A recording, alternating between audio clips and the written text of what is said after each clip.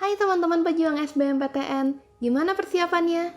Di video kali ini aku bakal bahas 7 tips belajar UTBK SBMPTN. Semoga video ini bisa berguna ya buat teman-teman sekalian. So, keep on watching.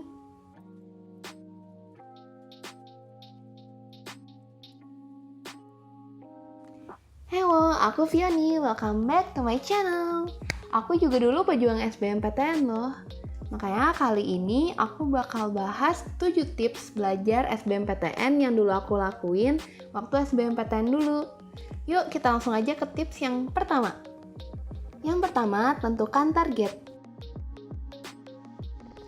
Jadi SBMPTN tahun ini aku lihat lumayan mirip sih sama SBMPTN tahunku 2017.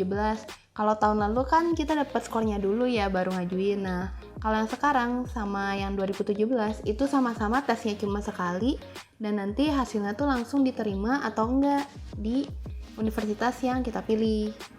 Nah, bedanya waktu angkatan aku 2017 itu pakai persentase. Kayak misalnya 48%, 50% kayak gitu. Kalau sekarang setahu aku tuh pakai digit ratusan kan ya, ngikutin yang tahun lalu.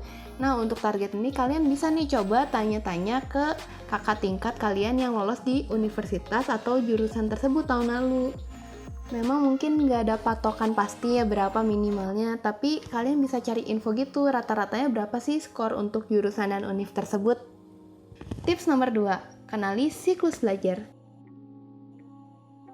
Ini penting banget teman-teman untuk tahu gimana sih siklus belajar kita, jam berapa aja kita paling fokus, jam berapa aja harus refreshing, kayak gitu.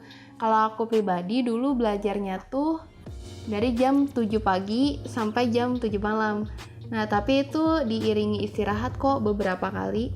Jadi dulu aku waktu sebulan sebelum SBMPTN ikut bimbel intensif 1 bulan. Nah, kelasnya itu jam 7 pagi sampai jam 11 siang. Setelah itu aku istirahat dulu makan siang. Terus aku mulai lagi dengan kelas tambahan dan belajar kelompok sampai jam 7 malam. Setelah itu aku pulang ke rumah, aku nggak belajar lagi, aku main game. Jadi aku tipikal yang work hard, play hard gitu. Nah, tiap orang pasti beda-beda kan tipenya, ada yang mungkin kayak aku, atau ada yang mungkin harus selang-seling, belajar refreshing, dan lain-lain. Pokoknya dikenalin dulu aja siklus belajarnya. Yang ketiga, perbanyak latihan.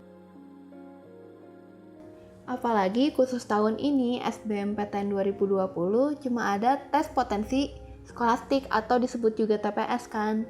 Nah, penting banget buat numbuhin nalar kita, apalagi itu jenis tesnya nguji kognitif. Jadi banyak-banyakin aja latihannya daripada baca teori. Yang keempat, ikuti tryout. Aku nyaranin banget buat temen-temen ikut banyak tryout, ikut sebanyak mungkin sih kalau bisa. Jadi kita bisa evaluasi diri gitu loh, lihat kayak materi apa sih yang masih kurang. Terus bisa lihat juga kita rata-rata berapa sih skornya, kayak gitu. Lalu yang kelima, peer to peer.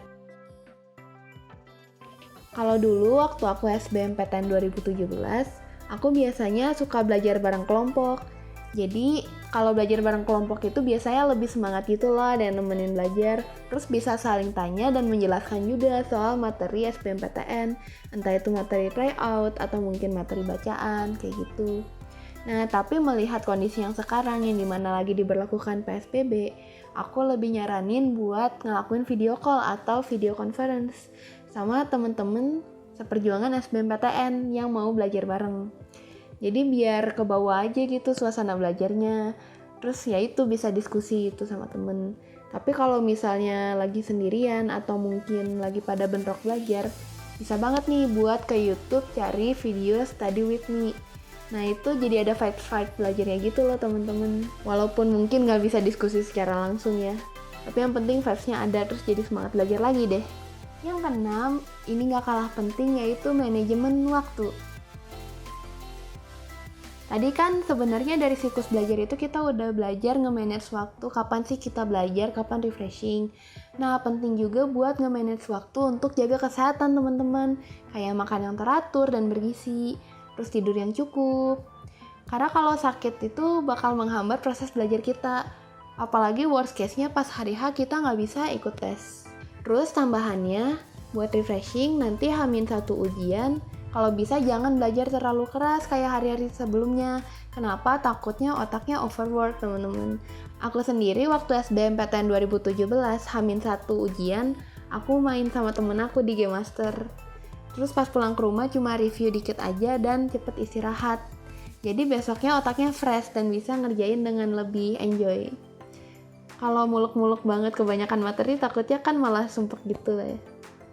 Last but not least, jangan lupa untuk berdoa ya teman-teman.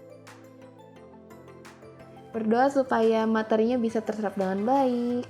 Terus berdoa buat kita ditempatin di jurusan dan universitas yang terbaik juga.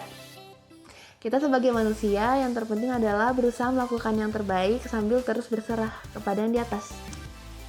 Oke teman-teman, sekian 7 tips belajar SBMPTN dari aku. Semoga bisa bermanfaat ya. Terus semangat pejuang SBMPTN. Good luck ya, semoga ditempatkan di jurusan dan universitas terbaik. Sekian video kali ini. Kalau kalian suka video ini, jangan lupa buat tekan tombol like di bawah, share, dan support aku dengan cara klik tombol subscribe. Dan jangan lupa nyalakan notification bell-nya, supaya kalian gak ketinggalan kalau aku upload video terbaru. Oke, see you next time. Bye-bye. Fioni gone.